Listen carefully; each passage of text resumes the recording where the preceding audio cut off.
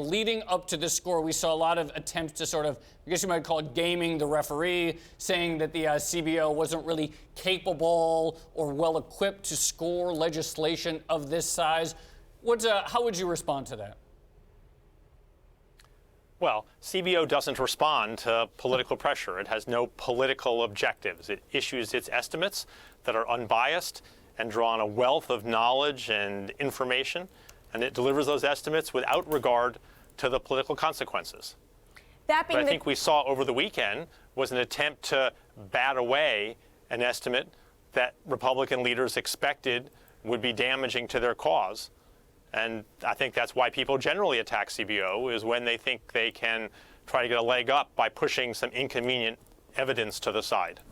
That may be the case, but now I'm sure some GOP House members are looking at the CBO score and looking at how much it reduces the federal deficit by and looking at it as a positive for them. How do they make that turn and say, you know what, actually, this is good news for us, forget what we had said earlier? Well, if you roll back federal subsidies for health insurance by a lot, as this bill would, there are two natural consequences. One is fewer people have health insurance. The other is the government saves money. And in that sense, CBO's estimate shouldn't be surprising to anyone.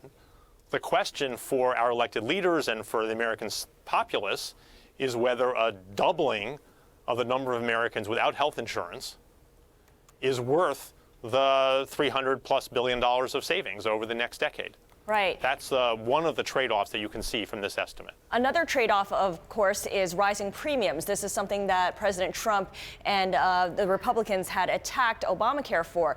Do you have any sense of how much premiums would likely rise under this new plan? Well, CBO's estimate is subtle here. CBO expects premiums to be higher than under current law for a while, ultimately fall a little below current law.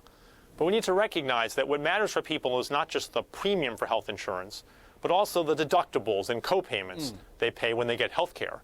And CBO explains that part of the reason premiums ultimately come down a little bit is because insurance policies will have bigger deductibles and co-payments because of a relaxation of some of the law under the Affordable Care Act. So even when premiums come down in the longer term, people will be paying perhaps more out of pocket for health care. Moreover, many people are getting subsidized to buy these insurance policies, and the subsidies are down by 40% on average. So this is bad news for middle-income and lower-income people who are getting federal help to buy health insurance, like many of us are getting federal help to buy through our employers because of the tax treatment of employer-provided health insurance.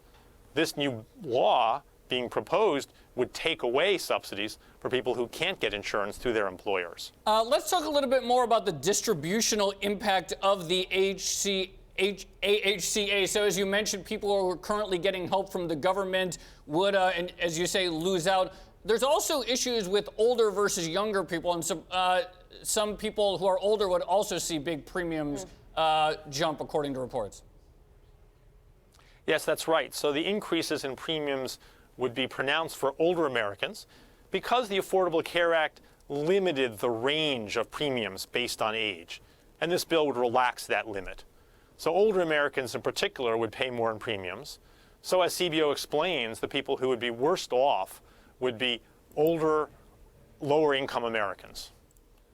But there's another distributional part that's important here, which is in general the subsidies for health insurance are going down, and taxes under the Affordable Care Act, which were focused on higher income people, will also be cut. So this is very good for better off Americans, and it's not very good for lower middle income Americans. If you're a Senate Republican, Doug, and you're looking at the CBO scorecard and you're comparing it to what the House Republicans have introduced, how would you be preparing your assessment of the healthcare law or healthcare bill, excuse me? How would you propose amendments to what they've already introduced? Well, some Republicans will be very happy to roll back the insurance subsidies and save the federal government money. But other Republicans in the Senate have said very publicly that they don't want to take away subsidies for people who are getting them today. They don't want to cut way back in Medicaid. They don't want that sharp reduction in the number of people with health insurance. their play, I suppose, is to try to put back higher subsidies in the insurance marketplaces, to put back more Medicaid spending. But of course, that will come directly into conflict with the views of the Freedom Caucus and others who are trying to scale back government subsidies. This is the intrinsic challenge. There is no way to maintain the higher level of insurance coverage we've reached under the ACA without subsidies and rule changes similar to those in the ACA. So the Republicans can't have it both ways. They can't maintain insurance coverage and look for budgetary savings and a relaxation of rules. And this plan is a sort of balancing of those considerations, but it's going to make a lot of people unhappy, I think, at both ends, on both sides of the Republican political range.